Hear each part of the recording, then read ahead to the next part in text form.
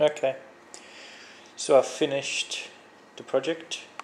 Took me a day, basically. um, Here it is finished, all boxed up. As you can see, it's all in there. Nice clear case. It's got your double batteries. Got your flipping switch there. Now I've had to use two switches just because the way that the batteries are actually connected. The running battery is actually connected to the charged battery, so kind of like a lot of Bedini's motors and such, where the negative is actually connected to the positive of the charging battery. Got your on-off switch there, and you've got your potentiometer for adjusting the brightness. So we can see our first battery here is at 1.4 volts, and our second battery here is at 1.1. This is the dead one, and we'll just flip it on. There you go. You can see this battery is actually being charged by this lesser one. If you put it up to full brightness, you can see it drops down really low, but still running. See, that's a 1 watt LED. 1 watt. Let me turn that light off.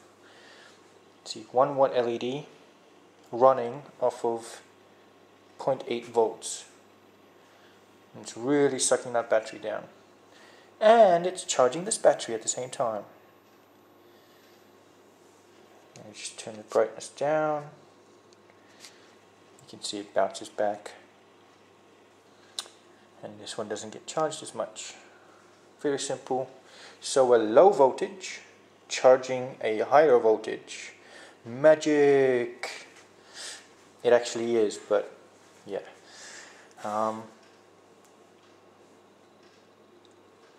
That's it. Let's just turn it off. We'll switch it. The problem with this switching here is if you have the switches if you don't switch them fast enough, they actually short out and these batteries will go flat very quickly. But you can see this one obviously is going to bounce back, this one's going to go down, and now we'll have this battery charging this battery. Turn it on. Voila. Sucks that baby down. Charge this one back up. And the higher the brightness, the more current it's letting through, and therefore the higher the oscillation and the higher the potential spikes that you're getting. I'm not claiming anything new here, so don't go biting my head off or anything like that.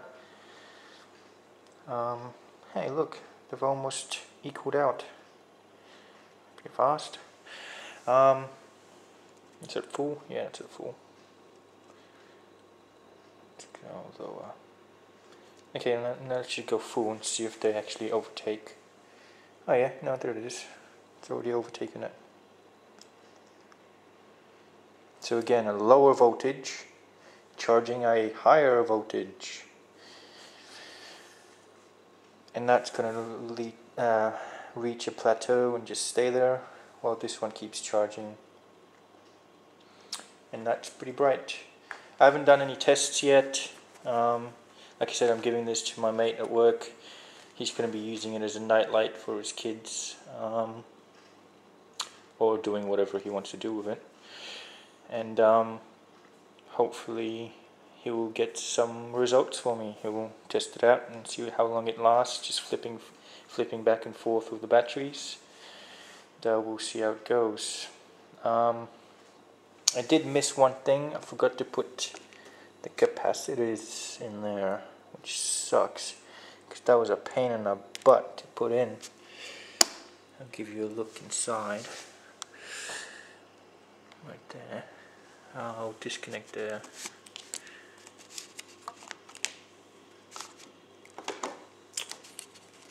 There you go.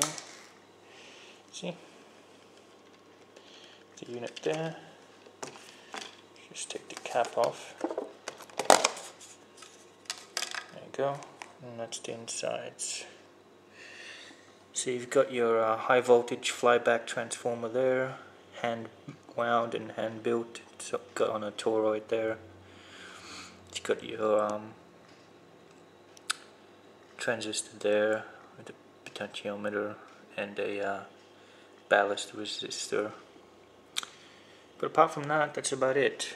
What I'm thinking I might do is I might put capacitors there and there, but I'm scared they'll start draining the batteries. Well, technically they shouldn't, but yeah, I'm a bit, I don't know. We'll leave it like this for now, and later on if it's draining too quickly I might put capacitors there to convert, because right now the negative energy is charging these batteries when you flip them, and negative energy doesn't run these circuits very well, so you can't really flip-flop the batteries too well.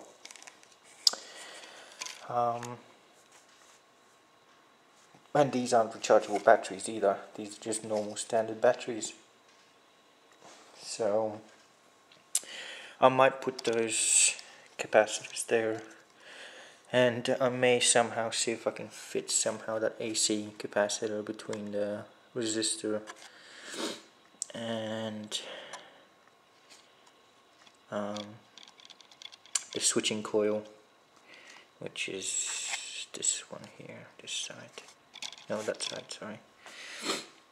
So yeah, I've got my primary on one side and my switching on the other. I don't have them wound together, just something different I was experimenting with. But yeah, as you can see, there's all there is to it. Let's switch it back on. There you go. It's quite bright. See? Lights up my work table quite well. I've had this in a perfectly dark room and it really lights it up. It's a 1 watt LED, so I don't think it's running at full brightness, as if you were running actual 1 watts through it, you'd probably get it slightly brighter. But for what it is, as a night light, it should run quite well and quite a while. Just playing with the dimness there. Okay, well, that's it. Thanks for watching, and yeah.